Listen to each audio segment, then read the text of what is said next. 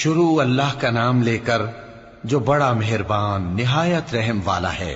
حامیم، اس کتاب روشن کی قسم کہ ہم نے اس کو ایک مبارک رات میں نازل فرمایا، ہم تو خبردار کرنے والے ہیں۔ اسی رات میں تمام حکمت کے کام فیصل کیے جاتے ہیں، یعنی ہمارے ہاں سے حکم ہو کر بے شک ہم ہی فرشتوں کو بھیجتے ہیں۔ یہ تمہارے پروردگار کی رحمت ہے، وہی تو سننے والا ہے، جاننے والا ہے۔ آسمانوں اور زمین اور جو کچھ ان دونوں میں ہے سب کا مالک، بشرطے کہ تم لوگ یقین کرنے والے ہو۔ اس کے سوا کوئی معبود نہیں، وہی زندگی دیتا ہے اور وہی موت دیتا ہے، وہی تمہارا اور تمہارے پہلے باپ دادوں کا پروردگار ہے۔ لیکن یہ لوگ شک میں پڑے کھیل رہے ہیں، تو اس دن کا انتظار کرو کہ آسمان سے صاف دھواں نکلے گا جو لوگوں پر چھا جائے گا، یہ درد دینے والا عذاب ہے۔ اس وقت وہ کہیں گے کہ اے پروردگار، ہم سے اس عذاب کو دور کر، ہم ایمان لاتے ہیں۔ اس وقت ان کو نصیحت کہاں مفید ہوگی، جبکہ ان کے پاس پیغمبر آ چکے جو ہمارے احکام کھول کر بیان کر دیتے تھے۔ پھر انہوں نے ان سے منہ پھیر لیا اور کہنے لگے، یہ تو سکھایا پڑھایا ہوا ہے، دیوانہ ہے۔ ہم تو تھوڑے دنوں عذاب ٹال دیتے ہیں، مگر تم پھر کفر کرنے لگتے ہو۔ جس دن ہم بڑی سخت گرفت کریں گے تو بے شک انتقام لے کر چھوڑیں گے۔ اور ان سے پہلے ہم نے قوم فرعون کی آزمائش کی، اور ان کے پاس ایک عالی قدر پیغمبر آئے جنہوں نے یہ کہا کہ اللہ کے بندوں یعنی بنی اسرائیل کو میرے حوالے کر دو، میں تمہارا امانت دار پیغمبر ہوں، اور اللہ کے سامنے سرکشی نہ کرو، میں تمہارے پاس کھلی دلیل لے کر آیا ہوں، اور اس بات سے کہ تم مجھے سنگسار کرو، میں اپنے اور تمہارے پروردگار کی پناہ لے چکا ہوں، اور اگر مجھ پر ایمان نہیں لاتے تو مجھ سے الگ ہو جاؤ۔ تب موسیٰ نے اپنے پروردگار سے دعا کی کہ یہ نافرمان لوگ ہیں۔ اللہ نے فرمایا کہ اچھا، میرے بندوں کو راتوں رات لے کر چلے جاؤ، اور فرعونی ضرور تمہارا تعاقب کریں گے، اور سمندر سے کہ ٹھہرا ہوا ہوگا پار ہو جانا، تمہارے بعد وہ پورا لشکر ڈبو دیا جائے گا۔ وہ لوگ بہت سے باغ اور چشمے چھوڑ گئے، اور کھیتیاں اور نفیس مکان اور آرام کی چیزیں جن میں وہ عیش کیا کرتے تھے۔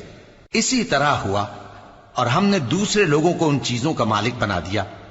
پھر ان پر نہ تو آسمان اور زمین کو رونا آیا، اور نہ ان کو مہلت ہی دی گئی، اور ہم نے بنی اسرائیل کو ذلت کے عذاب سے نجات دی، یعنی فرعون سے۔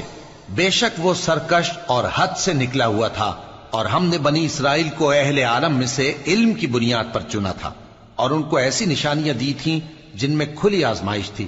یہ لوگ یہ کہتے ہیں کہ ہمیں صرف پہلی دفعہ یعنی ایک بار مرنا ہے اور پھر اٹھنا نہیں۔ پس اگر تم سچے ہو تو ہمارے باپ دادا کو زندہ کر لاؤ۔ بھلا یہ اچھے ہیں یا تبا کی قوم اور وہ لوگ جو ان سے پہلے ہو چکے ہیں؟